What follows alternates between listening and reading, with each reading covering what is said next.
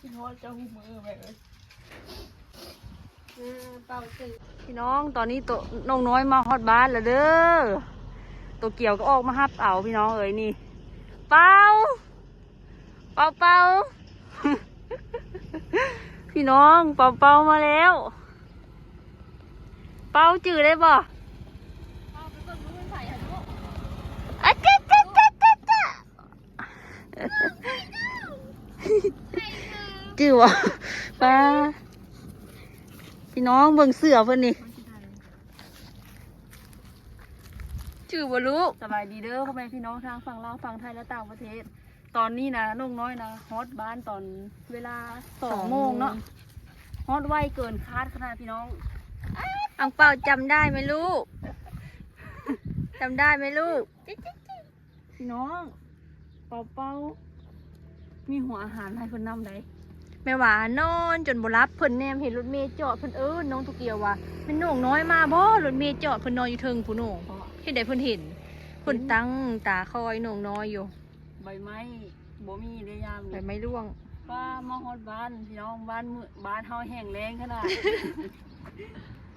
ไปลูกเมื่อไป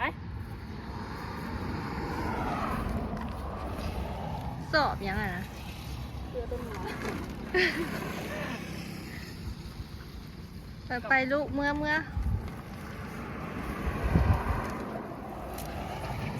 วันเช็ดวันนี้เลยเมื่อ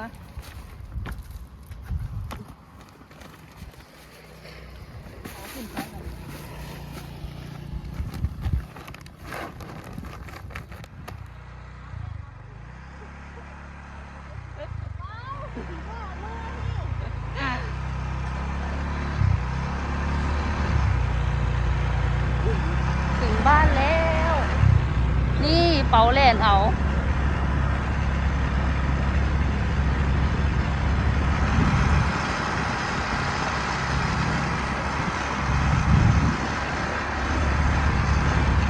บรรยากาศร้อน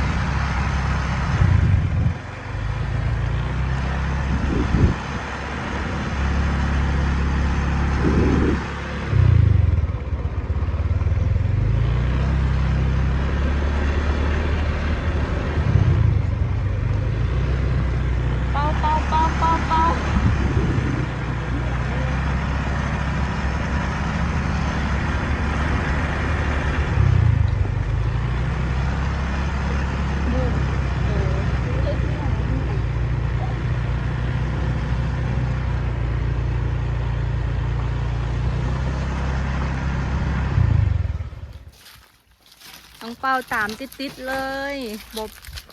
บค้าสายตาเลยเดี๋ยวอังเปาเขาจะขึ้นโน่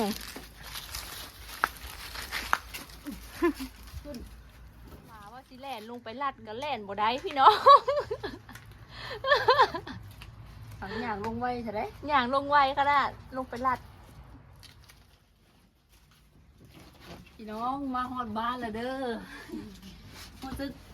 โล่งใจขนาดเนาะแม่เจ้ากินฮอดเฮาสิบ่กินฮอดหลายแล้วเนาะเพื่อนก็ดีใจเด้ลูกน้องมา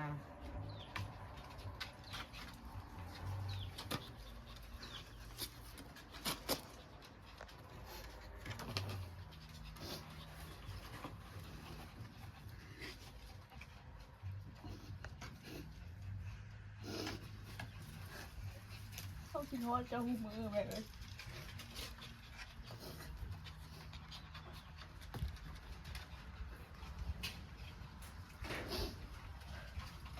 แต่ดังว่าเจ้าบ่สบายเขาคิดน้ำเจ้าคู่มืออยากมาคู่มือเลย แต่จะต้องอดเพียเปียกเพื่อนเขาสิได้ขารถมาปู่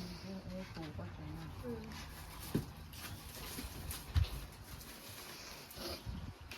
เป่าตึงน้องน้อยได้บ่มีได้ออกไปฮับน้อยมาเข้ากันไว้อะไรมาฝากบ้างส่วนทุกกระฝากซื้ออันนั้นมาพี่น้องสบายดีพ่อแม่พี่น้องได้เรียบร้อยตัวนี้ฝากก๋วยเตี๋ยวตัวนี้เครื่องแม่ก่อน สุดเดียวหวานฉ่ำเลย โอ้มะเขือ มะเขือเทศ ของชอบเลยมะเขือเทศ มะเขือเทศ อันนี้ของแม่ตรงนี้นะเขากล้อง มี พอ ซื้อ ดี ให้ พอดีเลยพี่น้อง คนพระเจ้า อันนี้อันใส่กุ้ง ต้องมีที่เดียดมาสิ ข้าวอันนั้นจะเบิดพอดีข้าวนี้อันนี้ข้าวหุงเบิดแล้วพอดีหุงข้าวมัน ใส่อันใส่กุ้ง สบายดี อันนี้บาท เด็กกัน 50 บาท ร้านลูกน้องมา ไปซื้ออยู่ตลาดยุราน่ะอันละ70,000ก็เลยบอกซื้อซะ อันละร้อยใช่ไหมแม่เป็นตาแซ่บเลยนี่ อันนี้เท่าไหร่เนี่ย 50 บาท โอ้เป็นตาแซ่บเลยนี่แล้วมีข้าววิตามินหลายเลยเนาะ มีมองนำพี่น้อง วิตามินแบบ แม่เหที่บอกไอ้ที่ให้เอามาเลย ใช่จ้ะ อยูลุ่มนี่ในกระเป๋าตัวนั้นในกับ เป็นปลาแล้ว อันนี้อาหารเป้า มันอยากระวังซูนเท้าเลยว้าวอาหารเปล่าเป้าได้กินอาหารแซ่บแล้วเนาะบัดนี้เนาะ อาหารลายแค่เป่าๆนี่ก็ได้ ๆสุดเดียว โอ้โต พี่น้อง ขวดน้อย เอามาตัดไม้ เอามาตัดไม้ทำสวน มีแต่ในพักพี่น้องเอ้ย มันแต่ชีวิตเนี่ยปลูกเอาไว้เด็ดชิดกูแล้ว ปลูกตัวที่ มะ มัน เขือเทศเชอรี่ ปลูกได้เลย คักได้มะเขือเทศเซอรี่นี่เห็นเขาเจ้าปลูกแดงแดงครับ ในพักตัวเกี่ยวในพักป่วยเล้งนะ มีเบาะ ก็ได้ หมากอันนี้ก็ได้ ของชอบ นี่แหละ มันนั่นคือเขาสั่งเอาเนาะ ไส้เปิดเลง ป่วยเล้งจักอยู่ว่าไหนมันหลายหลายพักพี่น้ แม่ อง ว่าคอยเอาไฟรถจอดให้แม่นี้เนาะนงน้อย อื เนาะ มแม่นอนแล้ว แหน นี่ ม รถเมล์คือพ่อ ไทยๆเขาเลย มันไปเที่ยว 80 บาท ฟ้าซื้อใส่กรุงเทพอาจจะบอกว่ากรุงเทพ ซื้อติ๊กต็อก นงน้อยมักซื้อในประเภทมีดประเภทควรพี่น้อง เอามาพันเป็นหญ้าพันสวนพันแบบ คักเลยค่ะ ตัดไม้เห็ดสวนผ่า ตัด พื้ พื้ น นอยู่เลย ถือกระเป๋าลงมาเนาะบอยก็เฮ็ดเวียกอยู่อ่ะลุมตึกโน่งมีไปไซส์วะโน่งไปไซส์ของเวียกให้เอามาชิเมื่อบ้านเลยนะเธอเอ้ยวะหาเมื่อพร้อมกันนะที่ต้องหาผูกเลย บอยก็อยากมาบ้าน แม่แล้วเมื่อไหร่บอกไอ้กับตำหลังนงน้อยเนาะ อืม เลยกำหนดเป็นฮอนๆนี่ แม่น ไปเลยที่มาตำหลังจะที่มาฮอดพี่หรือมาฮอดลูก แต่ละมือก็ย่านพี่น้องเลย มาเมื่อกี้เลย ย่านงูเหลือม งูเหลือมตะเกียวเคยเห็นบ่ มาอะไรน้อง อยู่หน้าตึกนะมันเป็นบ่อน้ำทิ้งอะไรกะเป็นบ่อน้ำเก็บที่เราดูดขึ้นมาใช้เนาะนั่นแหละงูแบบลงอาศัยอยู่หันแหละหลายๆปีก่อนแล้วมีคนมาเปิดเบิ่งนะมีกลุ่มเขามาเปิดเบิ่งนะอยู่ลุ่มนะมีแต่งูประตูเฮานี่ก็มี นี่ลู มั ก น อะ แล้ว ไร ออกแม่แพร่พันธุ์แล้วก็ จะยานแท้ อันแต่ละตึกเนาะที่มีท่อส่งน้ำเนาะ อืม มันจะขึ้นไปตามท่อตะเกียวนั่นแหละเวลาเขาเข้าห้องน้ำเขาก็ย่านเนาะย่านมันโผล่ออกมาจากอัน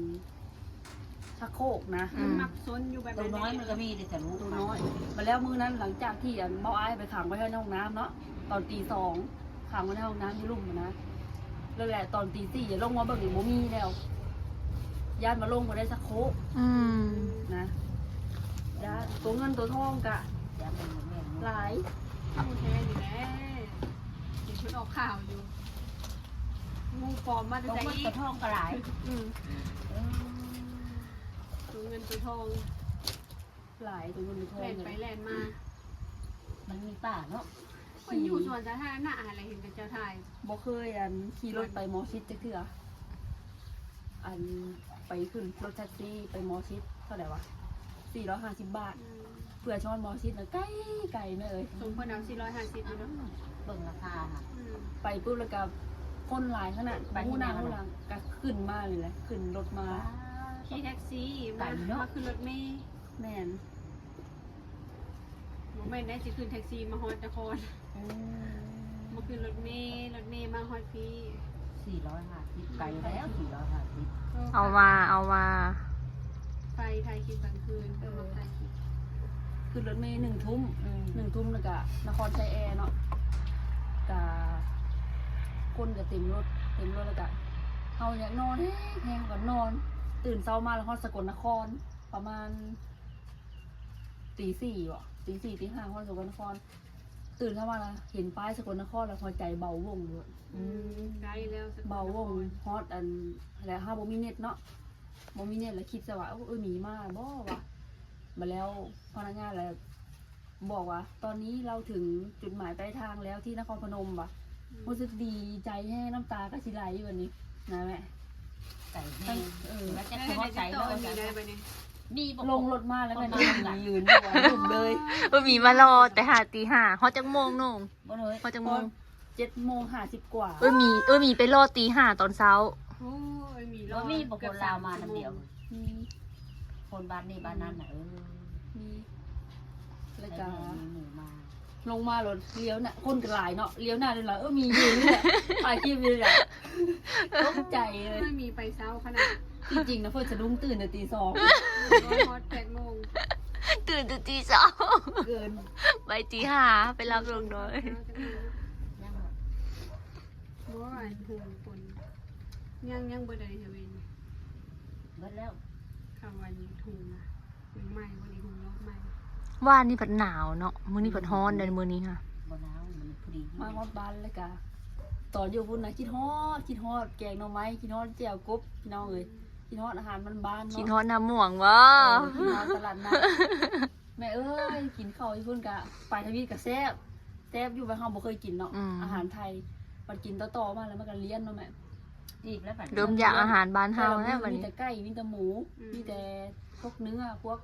แกงจืดพวกอหยังไปมัน มี เห็น แต่แบบลายแล้วของกิน แต่ละมื้อบ่ได้มีจังได๋ถามตอนสิกินหยังมื้อนี้เขาว่าเจ้าบ่กินข้อยบ่กินแล้วก็ย่า ของตลาดบ้านน้องบ่มีบ่มาตลาด บ่มี บ่ไกลบ้านน้อง คันมีก็ราคาค่อนข้างจะแพงอยู่นะคือ เขา เฮา จะ แบบ เอาไปแต่นอกพี่เด้ แม่คือไข่มดแดงกล่องละ100ผู้ ไข่มดแดงแม่น กล่องละ100ผู้ ก็มีไข่มดแดงที่เพิ่นก้อยใส่ถุงไว้หั่นนะแต่ว่ามันเพิ่นขาย100อันนั้นเฮาผัดมีงบจำกัดเนาะ บ้านเฮาบัด40 บาท 400 30-40 บาทบ้านเฮากล่องหนึง เบิ่งคลิปแม่อยู่ในคลิปกะเพิ่นสิให้พี่น้องพ่อแม่แล้วก็ทำงานเนาะทำงานเฮาแบบคิดฮอดแม่แน่แล้วก็แบบว่ามีความกดดันในการเฮ็ดเวียกเนาะอยู่คนเดียวพี่น้องบ่เคยถือลูกค้าว่าจะถือกันลูกค้าก็ว่าเฮาแบบสิให้ก็บ่ได้เด้อพี่น้องเราต้องสั่งงานเลยนำก็สู้มาจนฮอดมื้อนี้พี่น้องจนฮอดมื้อที่ได้กลับมาบ้านเนาะมื้อที่ไปจนได้ฮอดมาฮอดมื้อที่กลับก็รู้สึกดีใจหลายพี่น้องเนาะเอาสำหรับคลิปนี้ก็น้องน้อยก็สิขอตัวลาไปก่อนนะพี่น้องสิไปแบบพักผ่อนซะก่อนเนาะมาแต่กรุงเทพมาลงรถปุ๊บเลยก็ไปเฮือนไอ้นางแล้วก็ตอนแรกกับ FC มาเนาะ FC โอ้เพิ่นมานครพนม มามื้อนั้นเลย ป้า มาถึงนะ เพิ่นอยู่มหาสารคาม โอ้ เพิ่นฮู้ จังห ว่า วัดนครจังหวัด จังหวัด จังหวัดมหาสารคาม เออ แม่โฟกัสหั่นเด้โฟกัสดวนวันชิงทุนศรีสงครามค่ะ จังหวัดศรีสงครามอ่ะดิ แม่น โฟกัสนักร้องค่ะนะ อันนั้นบ่เป็นสิ บ่แม่น จังหวัด จังหวัดของนักร้องไปประกวดนะ เพิ่นฮู้ว่าน้องน้อยน่ะมาเขาพนมมือนั้นเนาะเพิ่นก็โทรมาหาน้องน้อยปุ๊บ โอ้ เพิ่นก็ขี่รถมาในมือนั้นเลย โอ้ ฮอดบ่าย